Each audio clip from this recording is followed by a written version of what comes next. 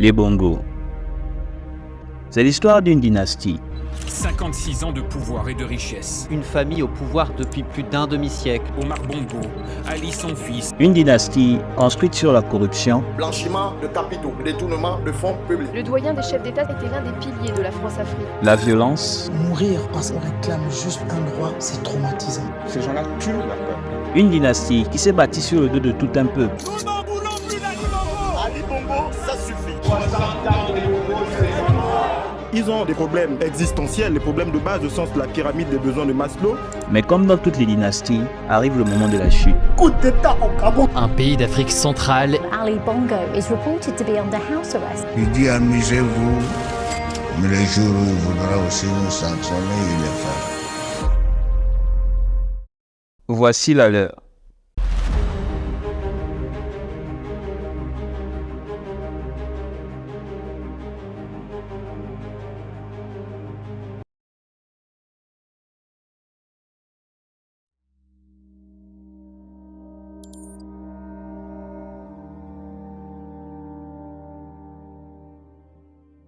Le 8 juin 2009, Albert Bernard Bongo, aujourd'hui connu comme Omar Bongo, décède à l'âge de 73 ans, après avoir dirigé le Gabon pendant près de 42 ans.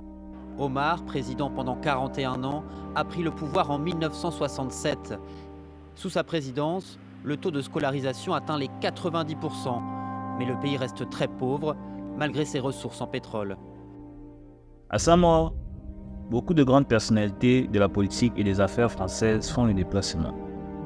Omar Bongo, grand ami de la France, était en son temps une éminente figure de ce qu'on appelait autrefois la France-Afrique. Entrer dans le bureau d'Omar Bongo, c'était ouvrir un livre d'histoire. Sur les murs, toute la Ve République et un air de France-Afrique. Chez les chefs d'État français, avec qui avez-vous été vraiment très proche? Tout le monde. Omar Bongo Ondimba, déclarait dans le quotidien Libération en 96, l'Afrique sans la France, c'est une voiture sans chauffeur, et la France sans l'Afrique, c'est une voiture sans carburant. Omar Bongo avait une passion immodérée pour la politique française, au point, disent certains, de la financer. En 1968, il fonde le Parti démocratique gabonais, ou comme on dit, le PDG. Le nom Parti démocratique gabonais sonne un peu ironique, parce qu'à ce moment-là, c'était le seul et unique parti qui existait au Gabon. Omar Bongo n'était pas très fan du multipartisme. C'est notamment l'une des raisons qui lui ont permis d'avoir une telle longévité au pouvoir. Moi, je vous dis et je vous le confirme, le multipartisme au Gabon, zéro. Tant que je serai là, il n'y en aura pas. Tout au long de sa vie, Omar Bongo va multiplier les conquêtes.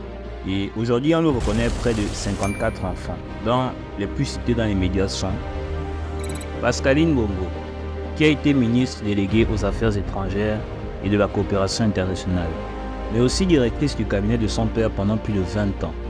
Omar Denis Junior Bongo, diplômé de prestigieuses universités comme Harvard ou Oxford, il n'est pas directement impliqué dans la vie politique, mais dû à son nom, il est très souvent cité dans les médias.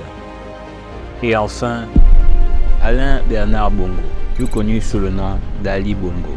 Il est à la tête d'un des principaux pays pétroliers d'Afrique. Né en 1959 à Brazzaville, il est le fils d'Albert Bernard Bongo, devenu Omar Bongo, et de la chanteuse Joséphine Kama, devenue Patience Davani. Cet homme, c'est Ali Bongo Ondimba.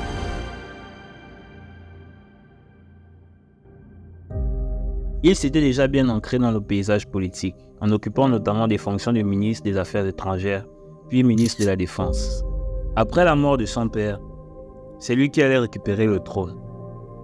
Enfin, je veux dire la présidence du pays. Et c'est avec lui que commence notre compte à rebours.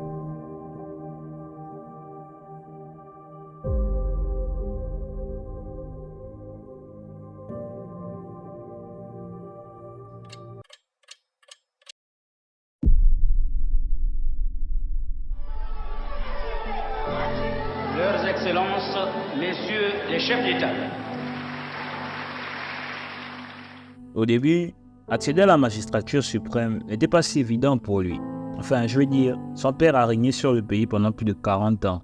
Pour beaucoup, c'était juste comme une sorte de passation de pouvoir du père au fils. Les Gabonaises et les Gabonaises ont l'impression de vivre une monarchie avec l'élection d'Ali Bongo Ondimba. Et surtout que nous savons que le système politique gabonais est un système très familial. Le Gabon, c'est une république, ce n'est pas un royaume. Nous avons décidé que le pouvoir ne peut pas aller du père au fils. C'est faux. Ajouté au fait qu'il ne connaissait ni ne parlait aucune des langues locales, dû au fait qu'il a passé une bonne partie de son enfance en France. C'est pourquoi on l'appelait même l'étranger, sans parler de ses antécédents dans la musique punk. Mais je ne vous apprends rien, en 2009, il va remporter les élections qui avaient déjà été très contestées à l'époque, face à l'opposant André Baobam, qui décédera 3 ans plus tard. Mais certains se disent, mais pourquoi il est l'enfant du président? Il a l'argent, il a tout ce qu'il veut, pourquoi vouloir être président? Vous êtes à l'abri du besoin. Je souhaite que mon pays puisse connaître aussi un développement comme d'autres pays et je souhaite voir mon pays au sein donc, des pays émergents et qui puisse réellement apporter tout le développement économique et social à son peuple. Donc moi je m'inscris dans ce registre-là. J'ai eu la chance de bénéficier de beaucoup de choses. Je pense qu'en retour, il est bon que je me dévoue et que je rende vis-à-vis du peuple gabonais ce qu'il m'a permis d'avoir.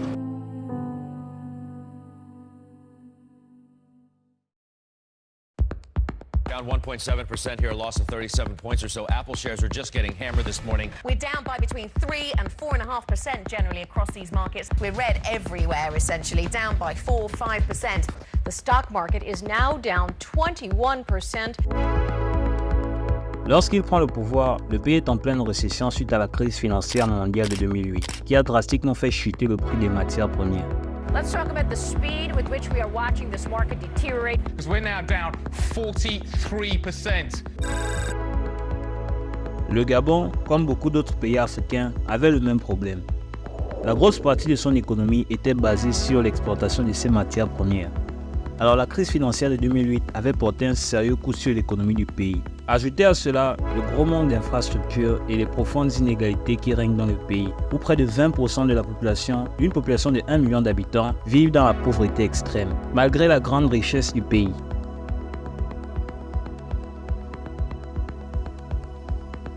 Alors, pour résoudre tous ces problèmes, Ali Bongo présentera son programme présidentiel, Gabon émergent.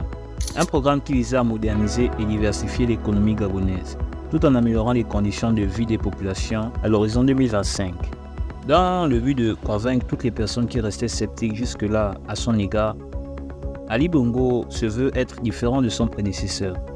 Ce président, vous et moi, ignorons le contenu réel de ce qui est communément et confusément appelé France-Afrique. C'est dire que l'heure est venue de faire émerger un réel partenariat gagnant-gagnant. Il est vrai que j'ai grandi dans le système, ce qui veut dire que je le connais bien. Et donc, par conséquent, je suis le mieux placé pour le changer.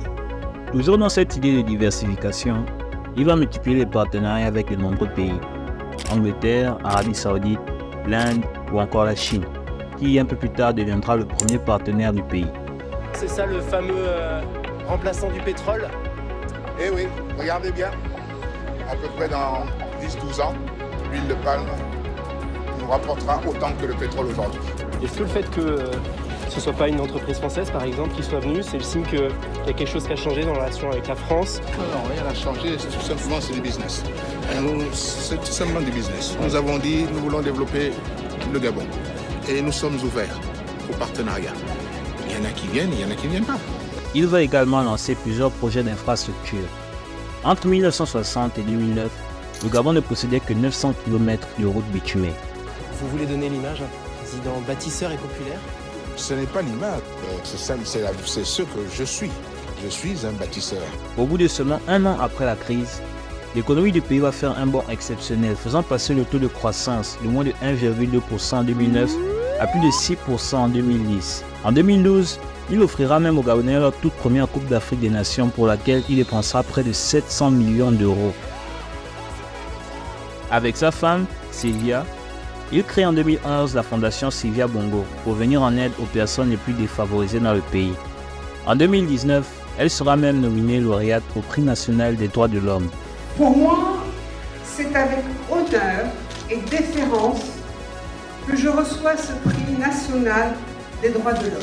En 2015, il fera une étonnante annonce, disant vouloir partager sa part d'héritage que lui avait laissé son père avec toute la jeunesse gabonaise. Chers compatriotes, j'ai décidé que ma part d'héritage sera partagée avec toute la jeunesse gabonaise. Cela veut concrètement dire que tous les revenus tirés de ma part d'héritage, qui me revient, seront versés à une fondation pour la jeunesse et l'éducation. Entre 2010 et 2015, le pays a connu une croissance relativement soutenue et a grandement diversifié ses échanges avec l'international. Our aim is very simple. We have wanted to put Africans in touch, in connection with world business leaders. En apparence, tout semblait aller pour le mieux. Mais il restait juste un problème majeur.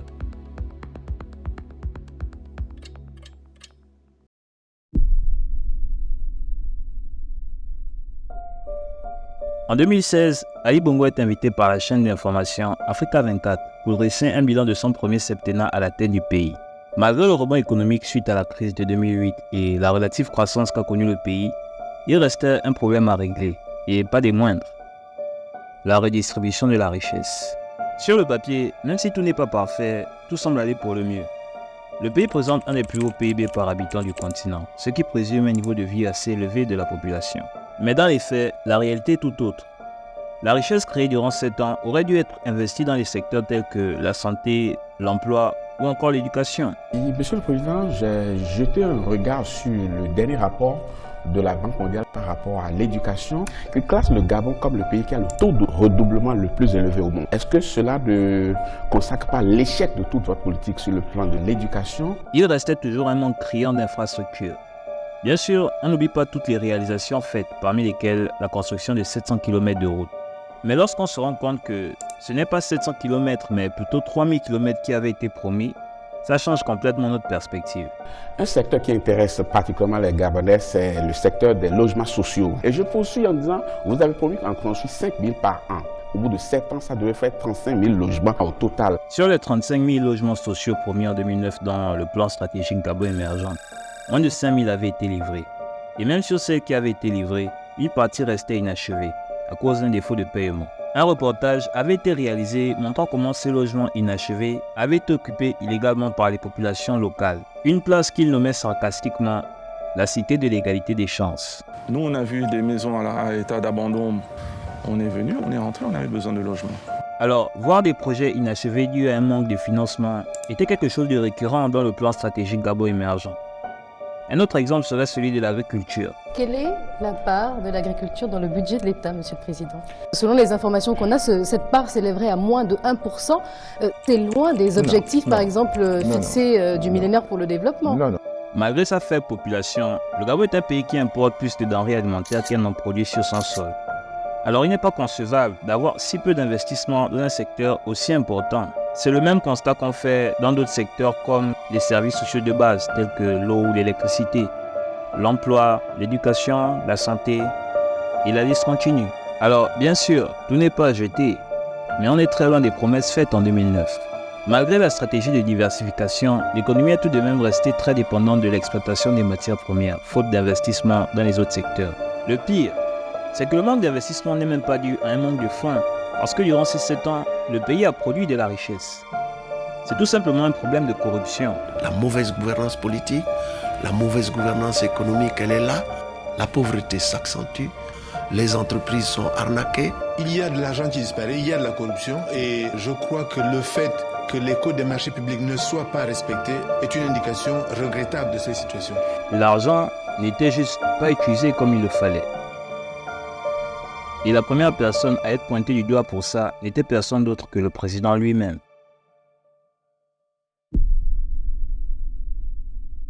Entre 2009 et 2016, la dette publique est passée de 1300 milliards, soit 20% du PIB, à plus de 3334 milliards de francs CFA, soit plus de 40% du PIB.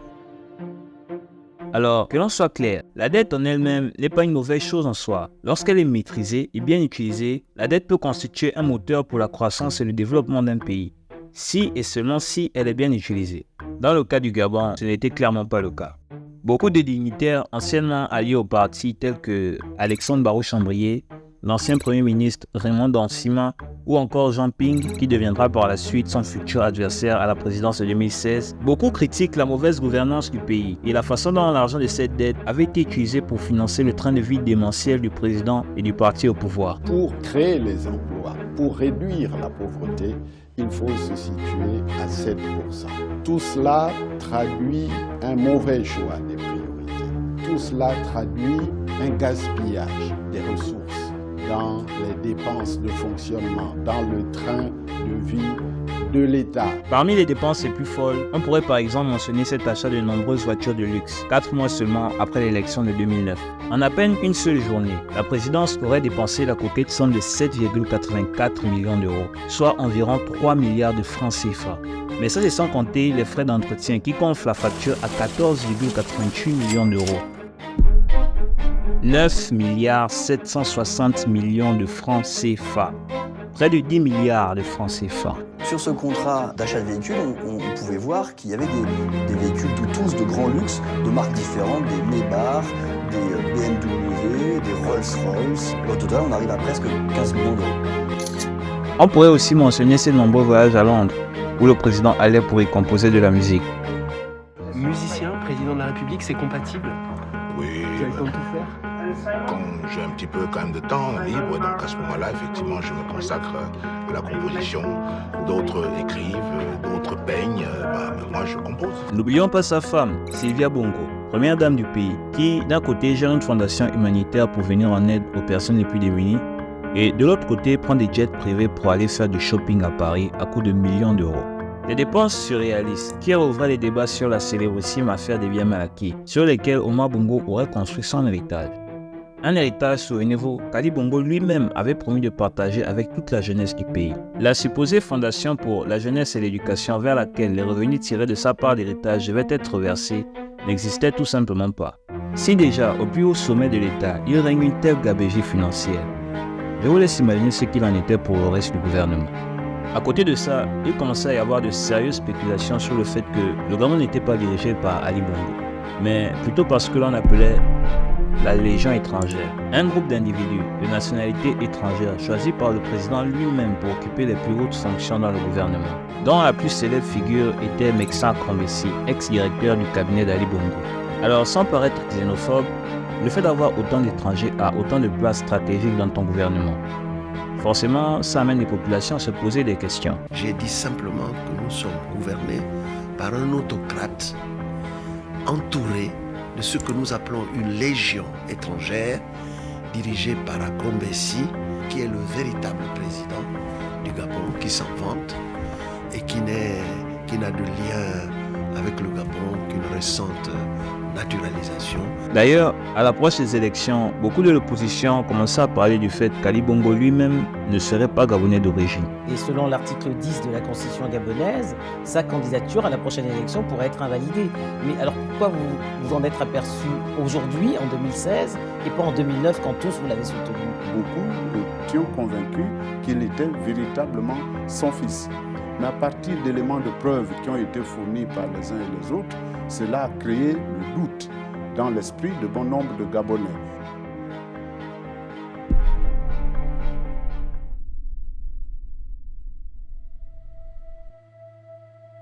Qui est le président de la République gabonaise? C'est moi, Jean Ping.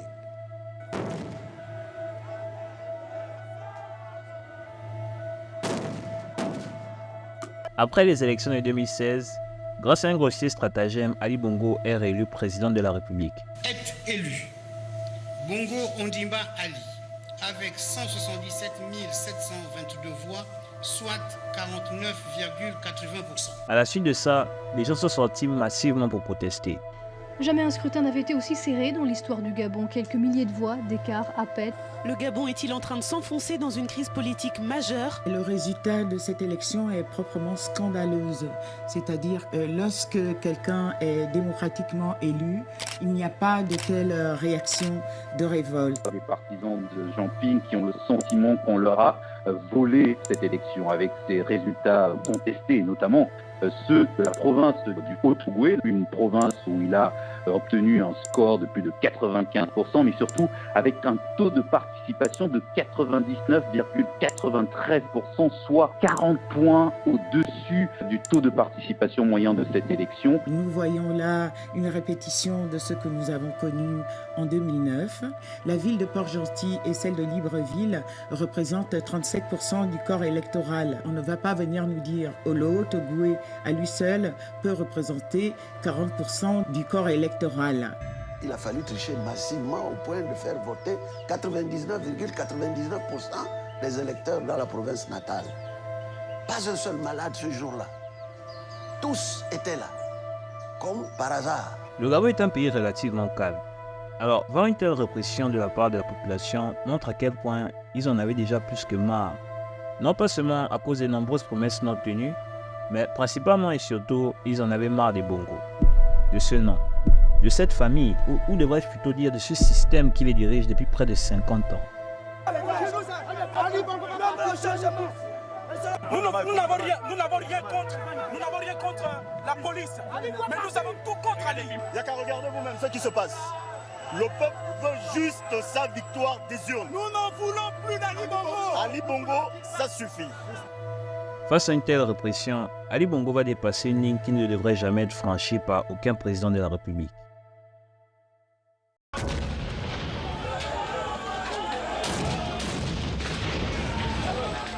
Pour freiner la répression, il ordonnera de tirer à balles réelles sur les civils. Pleine nuit, il lance l'assaut contre le QG de Jamping, où s'abritent des centaines de Gabonais. Il donne l'ordre de tirer à balles réelles. Ces images ont été tournées le soir même. Officiellement, près de 30 personnes sont mortes ce jour-là. Et officieusement... Par exemple ici Elvis, qui est décédé. Vous avez ici Simon Condé, décédé par balle. Vous avez ici Mvono Idjo, décédé aussi par balle. Nous sommes sûrs de 29 décès. Toutes ces personnes n'ont fait que revendiquer leur vote. Donc mourir parce qu'on réclame juste un droit, c'est ahurissant, c'est aberrant, c'est traumatisant. Plusieurs personnes furent dévastées le jour d'après, en apprenant la mort de leurs proches. Aux environs d'1h du matin, le QG a été bombardé par hélicoptère et cerné au sol par des troupes de la garde présidentielle, de la police et de mercenaires. Ce scénario se répète depuis 50 ans. La même chose. L'opposition gagne toujours les élections, mais n'accède jamais au pouvoir par les mêmes procédés. Les mêmes procédés qui sont utilisés par un clan depuis 50 ans et qui confisquent le pouvoir. Vous savez que le pouvoir au Gabon, depuis 50 ans, est entre les mains d'une famille et d'un clan. Vous voyez ici, il y a des balles là. Tous ces impacts-là. Et ce jour-là, il y avait plein de monde ici autour du QG. Alors ils ont tiraillé et puis tout le monde, tous ceux qui étaient là, sont tombés, ils sont morts. Alors le bilan officiel du ministère de l'Intérieur, hier il parlait de 3 morts, d'autres Gabonais parlent de beaucoup plus de victimes. Quelles sont vos informations sur Moi, ces les chiffres? informations pour l'instant que j'ai officielles, c'est que nous avons 3 décès, malheureusement que nous déplorons. Et donc il y a une centaine de blessés. 3 morts, 3 décès et une centaine de blessés, voilà ce que nous avons. Ce qui se passe ensuite, est-ce le karma ou une sorte de punition par rapport à cette triste date du 31 août 2016?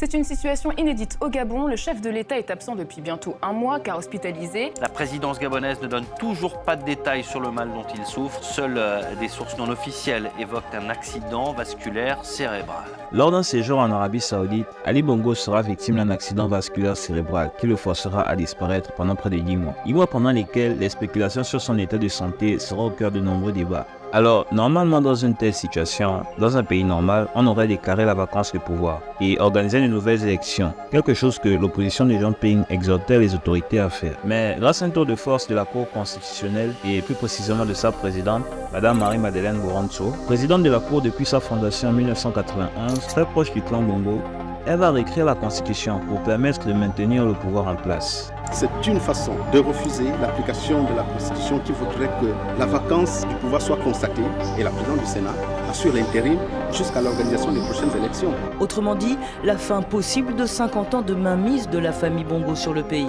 Marie-Madeleine Moronsuo est accusée par ses détracteurs d'avoir joué son rôle pour éviter ce scénario. C'était déjà elle qui, en 2016, avait remis le verdict final des élections, confirmant ainsi la victoire d'Ali Bongo sur Jean Ping. Lorsqu'on sait qu'elle a fait partie des anciennes compagnes d'Omar Bongo, ce qui fait d'elle logiquement la belle-mère d'Ali Bongo, on est en droit de se poser des questions sur la transparence de ses choix. En cas d'indisponibilité temporaire du président de la République, certaines fonctions dévolues à ce dernier peuvent être exercées soit par le vice-président de la République, soit par le Premier ministre sur autorisation spéciale de la Cour constitutionnelle. La décision prise hier par la Cour constitutionnelle est inconstitutionnelle parce que l'article 13 qui traite de la vacance au niveau de la fonction du président de la République est très clair. Pas de vacances du pouvoir donc pour la Cour, qui a introduit la notion d'indisponibilité temporaire. Alors, à côté du fait que la constitution de tout un pays soit changée comme une lettre qu'on envoie à la poste, c'est que ce n'est pas du tout le rôle de la Cour constitutionnelle de faire ça. La République gabonaise est organisée selon le principe de la séparation des pouvoirs exécutifs, législatifs et judiciaires. Que la Cour constitutionnelle, qui est le pouvoir judiciaire, s'est auto-donné des prérogatives qui relèvent de l'exécutif et du législatif. En modifiant l'article 13, en réécrivant la Constitution, ce qui est une prérogative du pouvoir législatif. Tout cela, voyez-vous, dénote en fait d'une difficulté qui, de mon point de vue, devrait faire en sorte que les responsables de ce pays s'asseyent un instant, acceptent qu'il y a une vacance de pouvoir au sommet de l'État.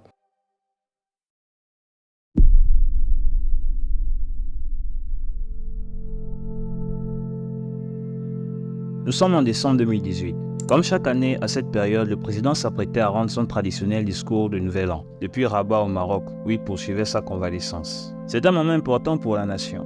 Non pas seulement parce que ce serait la première fois que le président prend publiquement la parole depuis son accident, mais parce que c'est également un moment où l'on prend le temps de dresser un bilan de l'année écoulée, de voir les choses qui ont bien marché et celles qui ont moins bien marché. Et éventuellement, on présente les perspectives pour l'année à venir.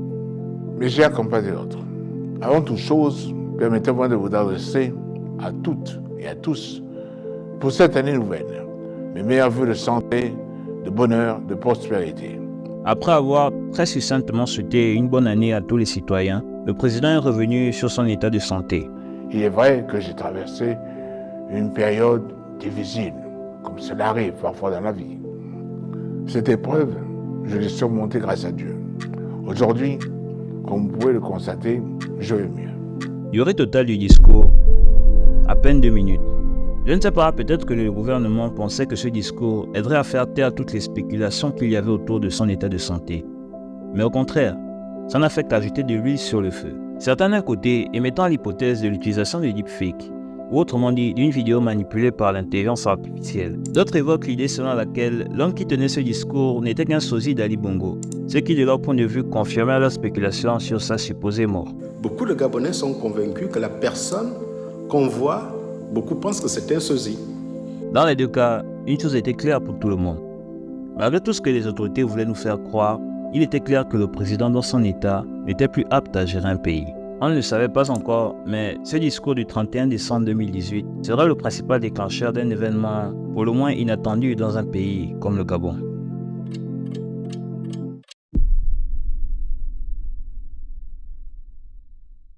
Le lieutenant Kelly Ondobian était l'un des commandants seconds de la garde d'honneur de la garde républicaine, l'unité de gendarmerie en charge de la protection de la présidence. Le 7 janvier 2019, soit seulement une semaine après le discours du Nouvel An du président, il sera à l'initiative d'une tentative de coup d'État. Très tôt le matin, vers 3h du matin, 4h du matin, et on a entendu les coups de feu au niveau de la radio nationale.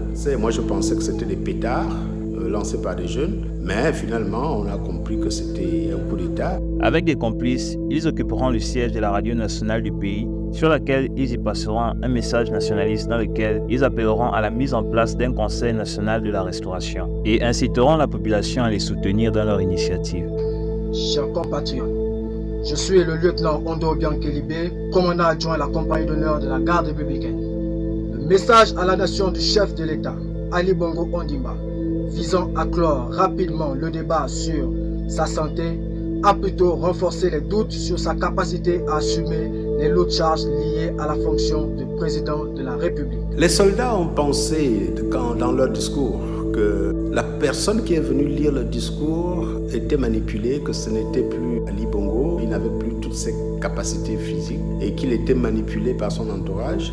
Conservateurs acharnés du pouvoir, dans leur funeste besogne continue d'instrumentaliser et de chosifier la personne d'Ali Bongo. Le spectacle désolant de ce discours de Nouvel An à la nation est une honte aux yeux du monde pour notre pays qui a perdu sa dignité. Mais ce coup d'État, ou plus précisément cette tentative de coup d'État, était très mal organisée. Et les auteurs que sont Kelly Obiang et ses associés furent arrêtés seulement quelques heures après. Normalement, dans de tels cas, la loi gabonaise prévoit la perpétuité. Mais finalement, les juges ne prirent pas cette tentative de coup d'État au sérieux. Et ils ne coupèrent que de 15 ans de prison et d'une amende de 31 millions de francs CFA. Association de malfaiteurs, séquestration arbitraire ou encore atteinte à la sûreté intérieure de l'État. Voici les charges qui pesaient contre lui. Kelly Obiang était un parfait inconnu jusqu'à ce jour. La garde d'honneur n'était qu'une unité de parade qui regroupait des membres de différents corps d'armée à l'occasion de cérémonies officielles. Plus tard dans son profil, il sera décrit comme un soldat de base, relativement discret. Alors, malgré la tentative manquée, l'événement avait fait énormément de bruit et était à la une de nombreux journaux. Il est vrai que sur notre continent, des tentatives de ce genre, il y en avait eu beaucoup. Mais le Gabon faisait partie de ces rares pays qui avaient réussi à maintenir une certaine forme de stabilité politique.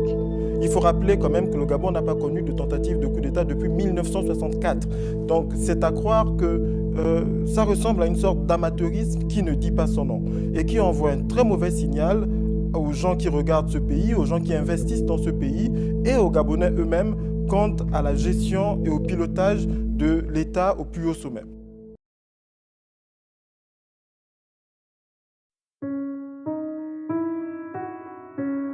Dix mois après son accident, Ali Bongo refait enfin surface. Bien en vie, mais néanmoins très méconnaissable. Il n'y avait pas besoin d'être médecin pour comprendre qu'il n'avait pas totalement récupéré de sa maladie. Mais, à mon humble avis, je pense que c'était une nécessité de montrer non seulement à la population, mais également aux instances internationales que, contrairement à tout ce que disaient les spéculations, le président était bel et bien en vie. Le doute que nous portons est un doute sérieux qui porte sur ses capacités cognitives, sur sa capacité à exercer et à prendre pleinement les responsabilités qui sont les siennes. En voyant son état, il était clair que le président n'avait plus les capacités physiques et mentales nécessaires pour diriger un pays. Alors une nouvelle fois, la question de qui dirige vraiment ce pays était remise à jour. Certains attribuant ce rôle à la présidente de la Cour constitutionnelle. On constate tous qu'il y a comme deux présidents de la République dans le pays. On a Ali Bongo et Marie-Madeleine Boroncho qui est présidente de la Cour constitutionnelle. D'autres pensaient que c'était plutôt sa femme, Sylvia Bongo, qui était réellement aux commandes. La vérité, c'est que malgré les quelques personnalités qui pouvaient se démarquer, le pays n'était dirigé par personne en particulier, mais plutôt par un système prêt à tout pour se maintenir au pouvoir. Un système qui allait profiter à tout le monde, sauf aux Gabonais. Et donc Ali Bongo, le président, n'en était que la tête d'affiche. Durant la période qui a suivi, il a régné une forte instabilité politique, avec près d'une dizaine de remaniements ministériels. C'est à la même période que sera nominé un certain Brice Clotaire Oligui Nguema à la tête de la garde républicaine, en remplacement de Grégoire Kouna, cousin d'Ali Bongo. Un an après l'accident vasculaire du président, il avait été rappelé au Gabon et placé à la tête du service de renseignement de la garde républicaine, où il remplaçait déjà Frédéric Bongo, demi-frère du président, avant d'être promu à la tête de la garde républicaine seulement 6 mois après. Jusqu'en 2009, il avait été l'assistant d'Omar Bongo. Puis peu de temps après les élections, il sera envoyé en tant qu'attaché militaire dans les ambassades du Gabon, au Maroc et au Sénégal. Décrit comme un homme de consensus, qui ne hausse jamais le ton, qui écoute tout le monde et cherche systématiquement le compromis. Après sa nomination, il impulsera des réformes pour être plus efficace dans l'une de ses missions fondamentales. Le maintien du parti. D'abord les effectifs. D'une trentaine d'éléments, il est fait passer à plus de 300 membres, dont 100 tireurs de précision qu'il dote d'équipements de pointe. Il renforce également le dispositif de protection du président. Mais sa réforme la plus marquante est sans doute le développement de la section d'intervention spéciale, qui est une unité spéciale placée sous l'autorité directe du président. Face à tout ça, absolument personne n'aurait pu s'imaginer un seul instant que seulement 3 ans plus tard, il serait la pièce maîtresse de la chute de ce même régime dont il avait la garde.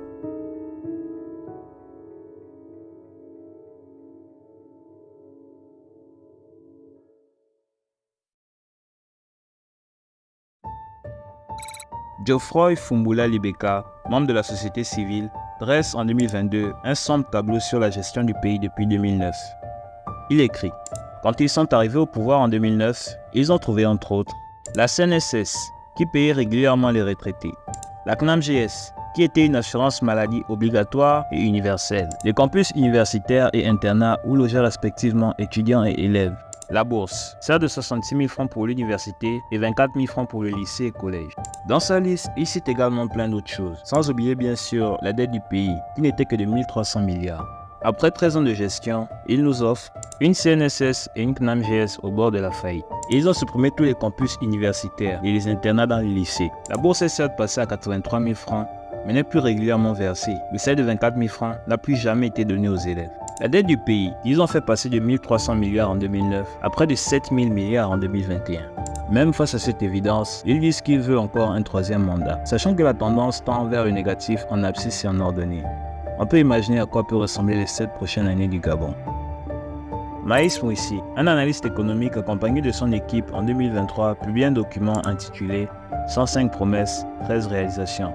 Un document qui dresse un bilan sur le second septennat du président, qui est, comme l'indique ce titre, plus qu'en dessous des objectifs fixés. En fait, si on veut le regarder d'un point de vue macroéconomique, l'emploi, le taux de chômage est passé de l'ordre de 28% à 32%. La pauvreté est passée à peu près un tiers, voire 35% des Gabonais qui vivent désormais sous le seuil de la pauvreté, c'est-à-dire moins de $2 par jour. L'accès aux services sociaux de base, c'est totalement désagrégés. Ils ont des problèmes existentiels, les problèmes de base au sens de la pyramide des besoins de Maslow, se nourrir, se loger, s'habiller, et ça c'est particulièrement compliqué. Vous savez, selon le dernier recensement 2013, on a un déficit en logement à peu près de 300 000 logements. Ça veut dire qu'on a 80% des Gabonais en 2023 qui sont mal logés. Ce document avait été rendu public quelques temps seulement avant les élections de 2023. Tout le monde s'accordait à dire que ce second mandat était un échec encore plus grand que le premier. Non, je pense qu'il faut être clair. Il ne faut pas se cacher derrière l'accident vasculaire cérébral du président pour justifier l'échec. Parce qu'en réalité, si le président se sentait incapable de gouverner après son AVC, il aurait démissionné. Pour moi, je pense que dans la tête de tous les Gabonais, tous les problèmes auxquels ils devaient faire face devaient se résumer en un seul nom. Bongo. Et ils avaient clairement soif de changement. Il y a ça, plus le fait que le président ne présentait simplement plus les capacités nécessaires pour diriger un pays. Tout ce que demandait le peuple, c'était que les Bongos quittent le pouvoir. Même s'il fallait continuer avec ce même système, ça importait peu. Tout ce qu'il demandait, c'est que les Bongos s'en aillent. Mais comme vous en doutez, il va faire exactement le contraire de ce qui était attendu de lui. Et le 9 juillet 2023, il annoncera publiquement sa candidature pour un troisième mandat. Pour continuer à écrire cette histoire et ce futur ensemble, j'annonce officiellement, aujourd'hui, je suis candidat. Et la nouvelle est reçue avec un tonnerre d'applaudissements, comme si c'était quelque chose de tout à fait normal qu'une personne dans la situation qu'était le président puisse se représenter pour un mandat supplémentaire. Pour nous, le distingué comme président est le candidat naturel de notre formation politique. Les militants choisissent clairement et librement le président Ali Bongo Ondimba. Nos statuts le disent que le président de la République est forcément candidat à sa propre succession. Donc nous respectons simplement les règles de notre parti et nous n'avons aucun problème avec. Mais si les gens applaudissent, ce n'est pas pour le président lui-même. Non, pas du tout. S'ils le font, c'est à cause du symbole qu'il représente.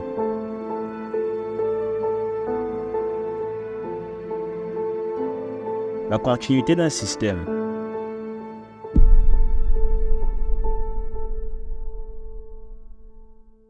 Les élections présidentielles seront prévues le 26 août au Gabon. Elles auront également lieu en même temps que les législatives et les locales. Comme en 2016, l'opposition décidera de se ranger derrière un candidat unique, en la personne du professeur Albert Ondosa. C'était un professeur d'économie à l'université d'Omar Bongo, qui avait déjà été ministre de l'Éducation sous le règne de Bongo Père. Malgré le fait qu'il avait été choisi seulement quelques jours avant le vote, il a très rapidement eu un massif soutien de la population avec son célèbre discours. Avec un temps et des moyens limités, il avait pu faire une modeste campagne dans différentes régions du pays, toujours accueilli par une masse de personnes.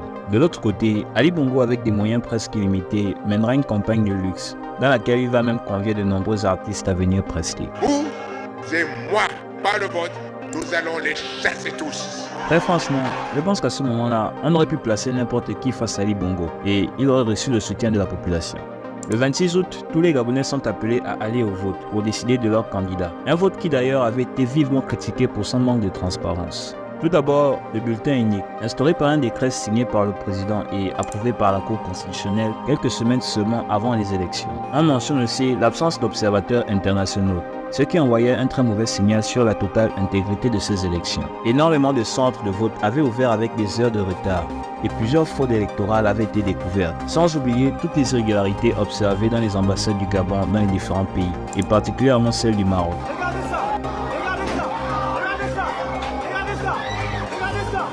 Beaucoup de choses n'allaient pas dans ces élections. Dans la soirée, après la fermeture de tous les bureaux de vote, le gouvernement instaure un couvre-feu, coupe l'accès à Internet sur l'ensemble du territoire et annonce la fermeture des frontières. Les intentions du gouvernement étaient claires. Replacer Ali Bongo à la tête de l'État à tout prix. Et il ne s'en cachait même pas. Un scrutin à huis clos, sans observateurs internationaux ni journalistes étrangers. C'est dans ces conditions que se déroulent les élections générales au Gabon ce samedi. Peu après la fermeture des bureaux de vote, le gouvernement a rapidement instauré un couvre-feu et coupé Internet. Tout le monde anticipait déjà un remake de ce qui s'était passé en 2016, après l'annonce de la victoire d'Ali Bongo. Le gouvernement comprend que ces mesures puissent susciter des désagréments, mais elles sont prises dans l'intérêt supérieur de notre nation. 3 longues journées passèrent sans qu'aucune information ne sorte du pays, devenue presque une prison à ciel ouvert. Les gens repartent par exemple à la lecture. Il est question aujourd'hui que les parents qui sont généralement sur les réseaux sociaux essaient de se concentrer sur les enfants.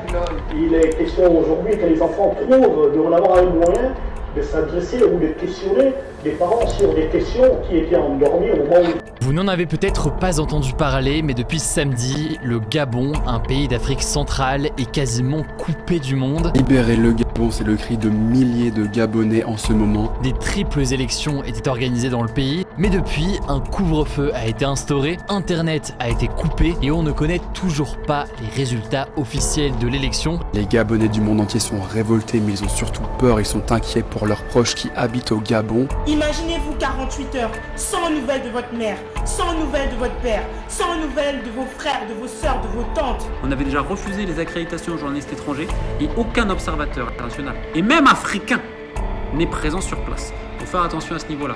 Mais ce qui est certain, c'est que j'ai peur. Les Gabonais sont très gentils, moi je trouve. Vraiment, et comme je le répète, une bienveillance, tout. Au bout de les prendre pour des imbéciles. Au matin du 30 août, à 4 h du matin quand même, Ali Bongo est annoncé vainqueur, comme tout le monde s'y attendait. Mais seulement 30 minutes plus tard, pour la transition et la restauration des institutions, CTRI, au nom du peuple gabonais, et garant de la protection des institutions, avons décidé de défendre la paix en mettant fin au régime en place.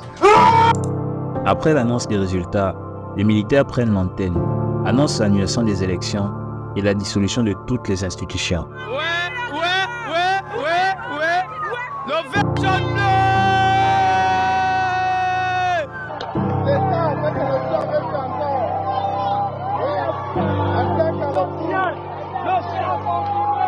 Most of the people were very angry with the old government. The freedom is here in Gabon, Libreville. So we take all the participation, all the guys who did something for us. We are happy for that.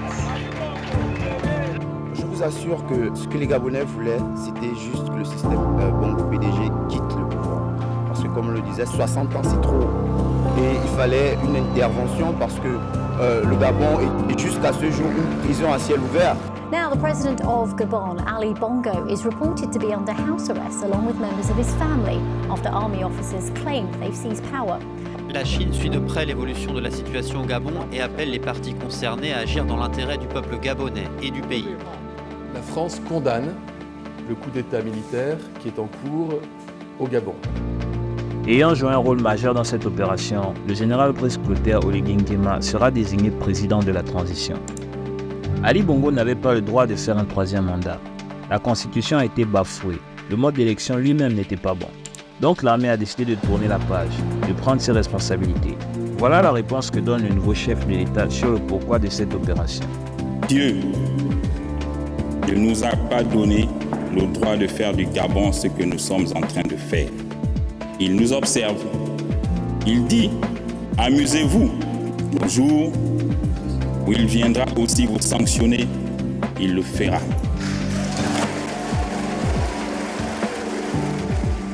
Coup d'État au Gabon, coup d'État sur Ali Bongo, coup d'État au Gabon.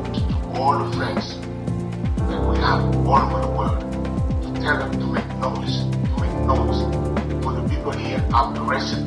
Peu de temps après le putsch, Ali Bongo se place en résidence surveillée. Sévia Bongo, son fils Noureddine, ainsi que plusieurs proches de la présidence furent arrêtés à leur domicile qui contenait des dizaines de valises d'argent.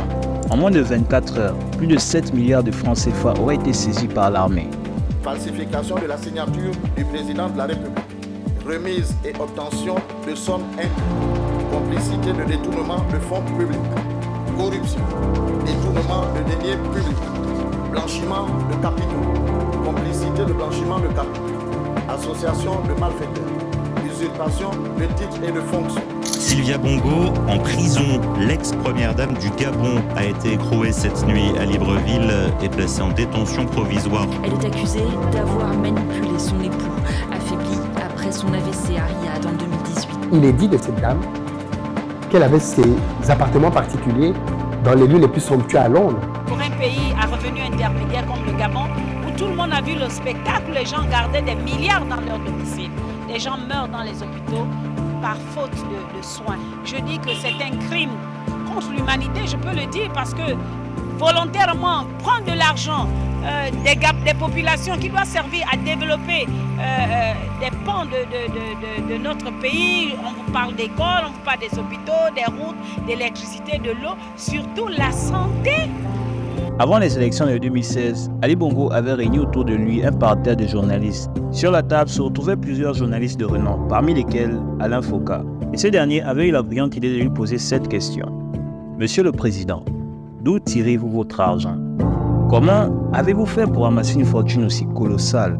Une question qui faisait directement écho à l'affaire des biens mal acquis, dont le désormais ex-président est même répété à maintes et maintes reprises ne pas être concerné par cette affaire. Mais lorsqu'on voit quelque chose comme ça, on est forcé de croire le contraire.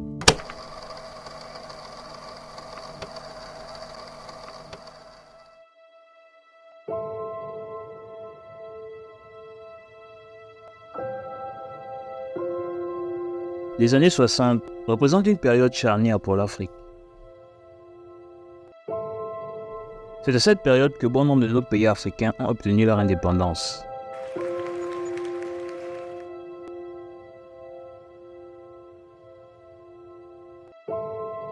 C'est à peu près à la même période que des pays comme la Chine, la Corée du Sud, les Émirats arabes unis ou encore Singapour ont également obtenu leur indépendance. Alors, bien sûr, fondamentalement, on est contre les coups d'État. Mais lorsqu'on voit l'énorme gap de nos pays africains avec ces pays-là, sachant qu'on n'a absolument rien à les envier, ça semble être une option pour amener un semblant de changement. On glose sur Kadhafi, on glose sur Al-Assad, parce qu'ils tirent sur leur peuple. Est-ce que c'est plus grave de tuer des gens avec des mitraillettes ou de les tuer à petit feu en leur confisquant les moyens de vivre? D'accord, c'est plus doux, c'est moins spectaculaire, mais le résultat est le même. Ces gens-là tuent leur peuple. Juste avant que tu t'en ailles, je tiens d'abord à te remercier d'avoir regardé la vidéo jusqu'au bout. Comme tu t'en doutes, j'ai passé un temps fou à la faire, à côté des cours et du boulot. Alors, si tu as apprécié, prends juste le temps de liker et de commenter. Je réponds à tous les commentaires. Et aussi, si vous voulez voir plus de vidéos du genre, n'hésitez pas à vous abonner. Ça aide énormément la chaîne à grandir et aussi ça me motive à faire des vidéos encore meilleures que celle-ci. Mais dans tous les cas, je vous souhaite une belle fin de journée et on se dit au revoir pour une prochaine vidéo. Peace.